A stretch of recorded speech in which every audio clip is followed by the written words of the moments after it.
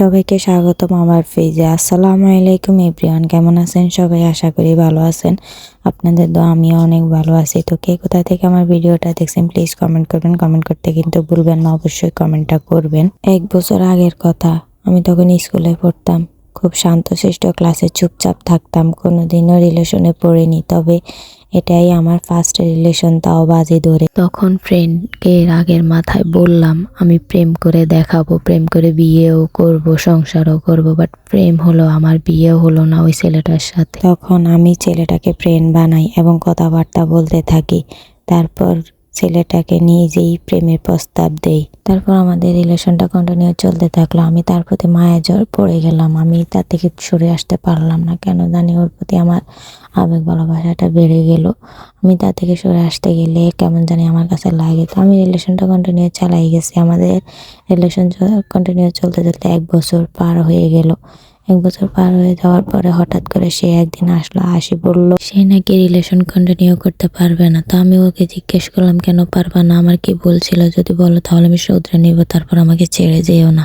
সে আমাকে উত্তর দিল তুমি কিছু করো নাই, আমার দ্বারা সম্ভব না রিলেশন কন্টিনিউ করা।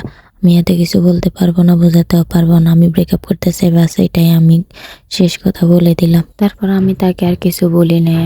আমিও তারপর ব্রেকআপ করে ফেললাম। কষ্ট লাগলো, খারাপ লাগলো, অনেক কান্না করলাম। কি আর করার, সে তো আর থাকবে না আমার জীবনে, তাই আর কিছু আর করার নাই।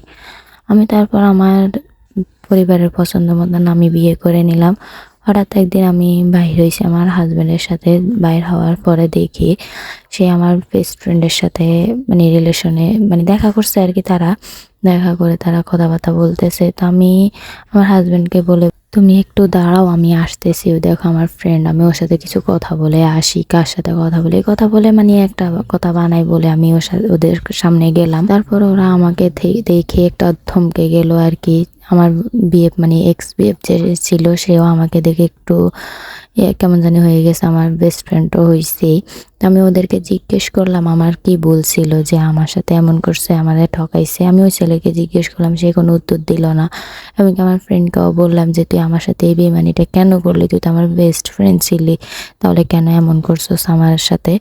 সেও কোনো উত্তর দিল না। তারপর আমি ওদের কিছু কথা বলে চলে আসলাম। তারপর আমি বললাম যে আমার বিয়ে হয়েছে, আলহামদুলিল্লাহ আমি অনেক সুখে আছি, তবে দোয়া করি তোরা জানে সুখে থাক। তারপর আর কি আর করার, চলে আসলাম ওদের থেকে। ওরা নিজেরা কেমন জানি হয়ে গেছে, আমাকে দেখে বুঝতে পারে না আমি যে ওদের সামনে গিয়ে দাঁড়াবো কখনো, বা আমি জানবো তাদের রিলেশনের কথা। যাই হোক, এই গল্পটা ছিল একজন আপু জীবন কাহিনী। কেমন লাগলো সবাই কমেন্ট করে জানাবেন। আসলে আপুটা আমাকে ইনবক্সে বলল যে ওনার এই জীবন কাহিনীটা, তখন আমি এটাও বললো যে আমার একটা ভিডিওতে ওনার এই জীবন কাহিনীটা বলার জন্য, তবে ওনার নামটা যেন আর আইডিটা যেন গোপন রাখি। তাই আর ওনার আইডিটা মানে আমি শো করি নাই, ওনার নামটাও বলতে চাই না। তবে আপুটার জন্য দোয়া রইল।